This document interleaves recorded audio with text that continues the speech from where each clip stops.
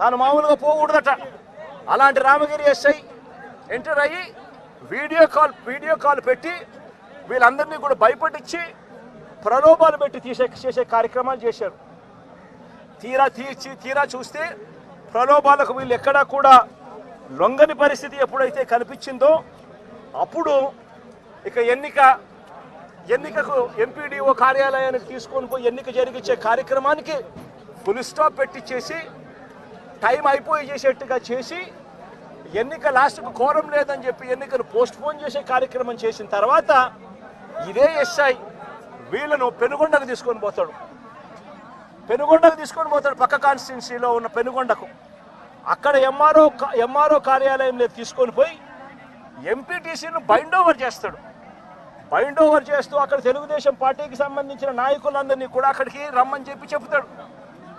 అదే సమయంలో అక్కడికి వెళ్ళి ప్రకాష్, మా ఉషమ్మ వీళ్ళిద్దరూ పెనుగొండ నియోజకవర్గంలో ఏం జరుగుతూ ఉంది అని చెప్పి వీళ్ళిద్దరూ అక్కడికి వెళ్ళి మా పార్టీకి సంబంధించిన అంటే ఈయన తనకు సంబంధించిన ఎంపీటీసీలు, మా పార్టీకి సంబంధించిన ఎంపీటీసీలు మీరు నిర్బంధిస్తే ఆ ఎంపీటీసీలకు మద్దతుగా వీళ్ళు అక్కడికి వెళ్ళి ఆ ఎంపీటీసీలను వీళ్ళు తీసుకొచ్చుకునే కార్యక్రమాలు చేస్తే వీళ్ళిద్దరి మీద కేసులు నేను అడుగుతా ఉన్నా, ఏం తప్పు చేసినారని చెప్పి వీళ్ళిద్దరి మీద కేసులు పెడతా ఉన్నారు. వీళ్ళేమైనా తెలుగుదేశం పార్టీకి సంబంధించిన ఎంపీటీసీలను ఏమన్నా తీసుకొస్తే కార్యక్రమానికి చేస్తున్నారా? లేదే మా పార్టీకి సంబంధించిన ఎంపీటీసీలను సాక్షాత్తు పోలీసుల సమక్షంలో పోలీస్ అధికారే తెలుగుదేశం పార్టీ నాయకులతో కలిసి మా పార్టీకి సంబంధించిన ఎంపీటీసీలను కిడ్నాప్ చేసే కార్యక్రమం ఒకవైపున జరుగుతూ ఉంటే అడ్డుకునేందుకు వీళ్ళు అక్కడికి వెళ్ళి ధర్నా చేసి ఎంపీటీసీలను తీసుకొచ్చుకునే కార్యక్రమం వీళ్ళు చేస్తే వీళ్ళ మీద కేసులు పెడతారు. మరోవైపున ఇటువంటి ఘటనలలో మండలంలో ఇటువంటి రామగిరి మండలంలో ఇటువంటిది జరగకోకుండా మళ్ళీ ఉప ఎన్నికలు మళ్ళీ పిలుస్తారు, మళ్ళీ నోటిఫికేషన్ మళ్ళీ పిలుస్తారు. పిలిచినప్పుడు తెలుగుదేశం పార్టీకి మద్దతు లేదు కాబట్టి వాళ్ళు ఎలాగో గెలవరు కాబట్టి దాన్ని హుందాగా వదిలేయాల్సింది పోయి ఇటువంటి ఘటనలు మళ్ళీ పునరావృతం చేసే విధంగా రామగిరి మండలంలో భయం క్రియేట్ చేసేదానికోసం ఈ మండలానికి సంబంధించిన ఒక ఇంపార్టెంట్ నాయకుడిని 27వ తారీఖున అటాక్ చేశారు ఇదే ఊర్లో. 28వ తారీఖున మళ్ళీ అదే ఇంటిని అటాక్ చేశారు. జయచంద్రారెడ్డిని అటాక్ చేస్తే ఇదే జయచంద్రారెడ్డి, ఇదే కురువ లింగమయ్యన్న వీళ్ళందరూ కూడా దాన్ని అడ్డుకొని పోలీసులకు వెళ్ళి కంప్లైంట్ చేశారు. ఎందుకు మమ్మల్ని అటాక్ చేస్తూ ఉన్నారు, మండలంలో భయాందోళన క్రియేట్ చేసేందుకోసం అని చెప్పి మళ్ళీ ఈ ఎన్నిక జరిగితే ఈ ఎన్నికల్లో మళ్ళీ వైఎస్ఆర్సీపీ ఎంపీటీసీలను భయపెట్టాలనే ఉద్దేశంతో, భయానికి గురి చేయాలనే ఉద్దేశంతో అటాక్ చేసే కార్యక్రమం జరుగుతూ ఉంది. దీన్ని అరికట్టండి అని చెప్పి పోలీసులకు వెళ్తే పోలీసులకు ఘటనకు సంబంధించిన కంప్లైంట్ ఇచ్చినా కూడా పోలీసులు కనీసం పట్టించుకున్న పాపాన పోలేదు. 28వ తారీఖున మళ్ళీ 28వ తారీఖున మళ్ళీ ఇదే మాదిరిగా జరిగించిన తర్వాత మార్చి 30వ తారీఖున కురుబ లింగమయ్యన్న కొడుకు బైక్లో తాను పోతా ఉంటే బైక్లో పోయేటప్పుడు వాళ్ళ ఇళ్ళ ద్వారా పోయే కార్యక్రమం జరుగుతూ ఉంటే బైకును అడ్డగించి లింగమయ్య కొడుకును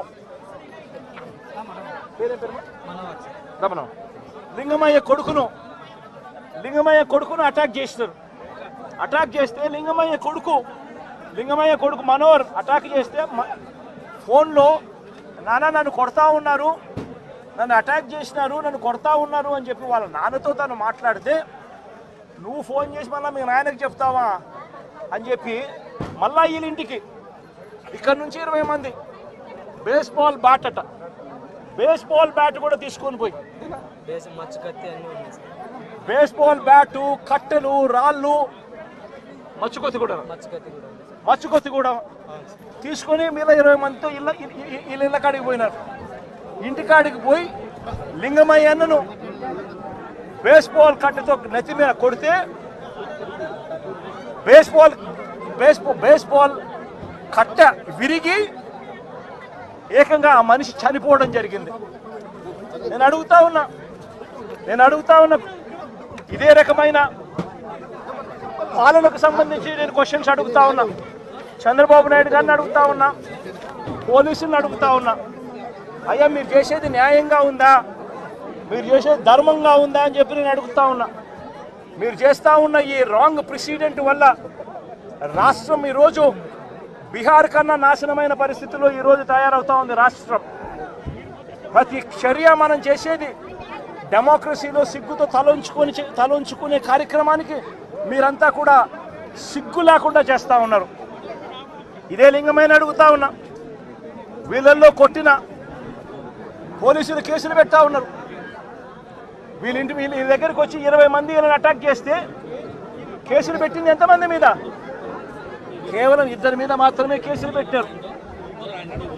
ఇదే దాంట్లో క్రియాశీలకంగా వ్యవహరించిన రమేష్ నాయుడు మీద ఎందుకు కేసు పెట్టలేదు, మిగిలిన వాళ్ళందరినీ కేసులోకి ఎందుకు తీసుకొని రావడం లేదు అని చెప్పి ఇదే పోలీసులను ఇదే చంద్రబాబు నాయుడు గారిని అడుగుతా ఉన్నా. ఇదే గ్రామంలో ఇదే తెలుగుదేశం పార్టీకి సంబంధించిన ఎమ్మెల్యే బంధువులు వీళ్ళంతా బంధువులను తెలిసినా కూడా రెచ్చగొట్టే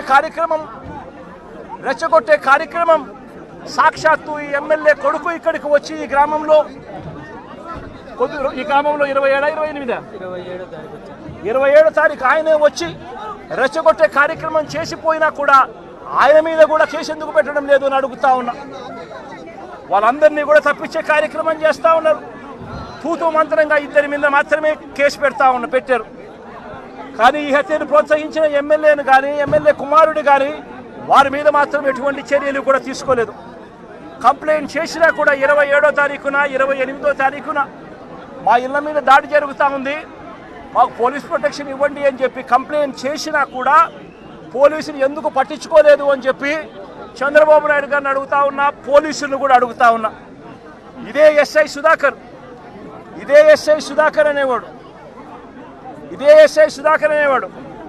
వీడియో కాల్స్తో ప్రతి ఎంపీటీసీలని కూడా తానే ప్రలోభాలు పెడుతూ తన ఫోన్లో నుంచే వీడియో కాల్స్తో వాళ్ళతో ఫోన్లో మాట్లాడించి తానే క్రియాశీలకంగా ఇదే రామగిరి మండలానికి సంబంధించిన ఎస్ఐ కేసు పెట్టినా కూడా యాక్షన్ తీసుకోకుండా తానే ఇవన్నీ చేస్తూ ఉంటే ఎందుకు ఆ ఎస్ఐ మీద యాక్షన్ తీసుకోవడం లేదు, ఎందుకు ఆ ఎస్ఐ ఫోన్ రికార్డ్స్ను ఎందుకు పరిగణలోకి తీసుకోవడం లేదు అని చెప్పి కూడా గట్టిగా అడుగుతా ఉన్నా. ఇదే లింగమయ్యతో పాటు కొడుకు శ్రీనివాస్పై కూడా దాడి చేశారు. కానీ ఆశ్చర్యం ఏమిటంటే లింగమయ్య కొడుకు నుంచి కాకుండా వాళ్ళు కంప్లైంట్ రాసుకునింది ఎవరితో తెలుసా? వాళ్ళంతకు వాళ్ళే ఒక పేపర్ మీద రాసుకొని వచ్చి పోలీసులు చదువు రాదని చెప్పి లింగమయ్య అన్న భార్యతో ఏలుముద్ర బలవంతంగా వేయించుకున్నారు. ఇది న్యాయమేనా అని అడుగుతా ఉన్నా.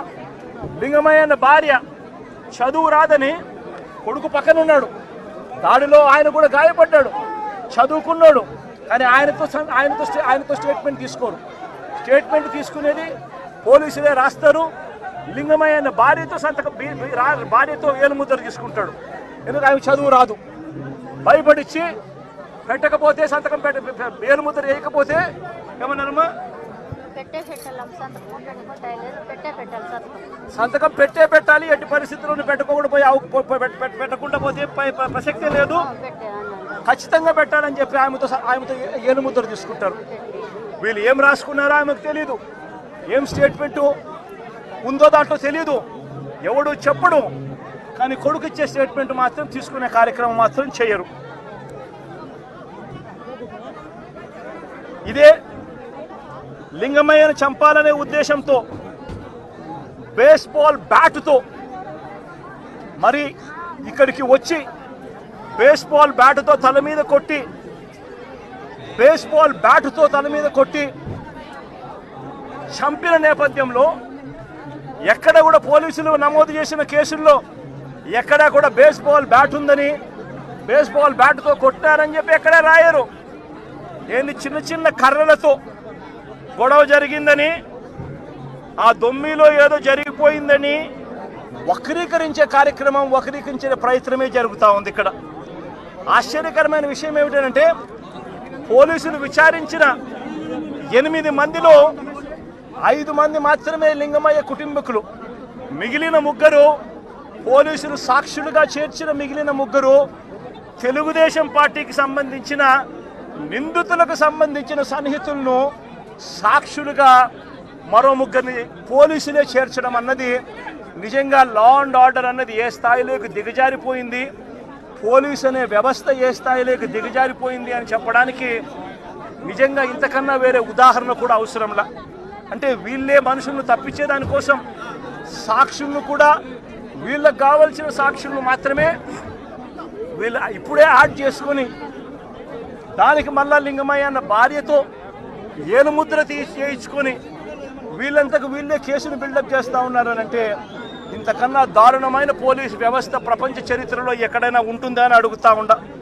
వీళ్ళంతకు వీళ్ళే తప్పుడు సాక్ష్యాలు క్రియేట్ చేసి వీళ్ళంతకు వీళ్ళే కేసును నీరు కార్చే కార్యక్రమం జరుగుతూ ఉంది. నేను ఒకటే చెప్తా ఉన్నా, ఇక్కడ రామగిరిలో జరిగిన విషయమైనా కానీ రాష్ట్ర వ్యాప్తంగా వీళ్ళు చేస్తూ ఉన్న అన్యాయాలు అయితేనేమి, తిరుపతిలో డిప్యూటీ మేయర్ ఉప ఎన్నిక జరిగితే ఏకంగా బస్సులో ఉన్న కార్పొరేటర్లను ఏకంగా పోలీసులు ఆధ్వర్యంలోనే అడ్డగించి ఏకంగా బస్సులో ఉన్న కార్పొరేటర్లు బస్సులో ఉన్న ఎమ్మెల్సీను ఏకంగా పోలీసుల ఆధ్వర్యంలోనే కిడ్నాప్ తీసుకొని పోవడం ఏ స్థాయిలోకి దిగజారిపోతా ఉందో నేను అడుగుతా ఉన్నా. చంద్రబాబు నాయుడు గారి సొంత నియోజకవర్గం రామకుప్పంలో జరిగిన ఎంపీపీ ఎన్నిక కూడా అదే పరిస్థితి. ఇదే మాదిరిగా దౌర్జన్యంతోనే ఎన్నిక జరిగించే కార్యక్రమం చేసినారు. పశ్చిమ గోదావరి జిల్లాలో జరిగిన అత్తిలి ఎంపీపీ ఎన్నిక చూసినా ఇదే దౌర్జన్యమే కనిపిస్తుంది. ఎక్కడా వీళ్ళకి సంఖ్యాబలం లేదు, అయినా కూడా దౌర్జన్యంతోనే గెలవాలి అని చెప్పి దౌర్జన్యాలు చేసిన పరిస్థితులే కనిపిస్తూ ఉన్నాయి. విశాఖపట్నంలో కూడా ఇప్పుడు ఏం జరుగుతూ ఉంది, 98 మంది సభ్యులుంటే 56 మంది సభ్యులు వైఎస్ఆర్సీపీ బీఫామ్ మీద వైఎస్ఆర్సీపీ సింబల్ మీద గెలిచిన వాళ్ళు. తెలుగుదేశం పార్టీకి ఎక్కడ ఉంది స్ట్రెంత్ అని అడుగుతా ఉన్నా. ఇక్కడ కూడా దౌర్జన్యం చేస్తూ క్యాంపులో ఉన్న వైఎస్ఆర్సీపీ సభ్యులను సైతం భయపెట్టే కార్యక్రమాలు చేస్తూ ఉన్నారు. ఇళ్లకు వెళ్ళి వాళ్ళ భార్యలను భయపడిస్తూ మీ ఆయన ఎక్కడున్నాడో చెప్పకపోతే మిమ్మల్ని స్టేషన్లో పెడతామని చెప్పి భయపడిస్తూ ఉన్న పరిస్థితులు ఈరోజు రాష్ట్రంలో కనిపిస్తూ ఉన్నాయి. మరోవైపున చూస్తే రాష్ట్రంలో హత్య రాజకీయాలు ఏ స్థాయిలోకి దిగజారిపోయాయి అంటే ఏప్రిల్ 6వ తారీఖున నంద్యాలలో ఈ మధ్యనే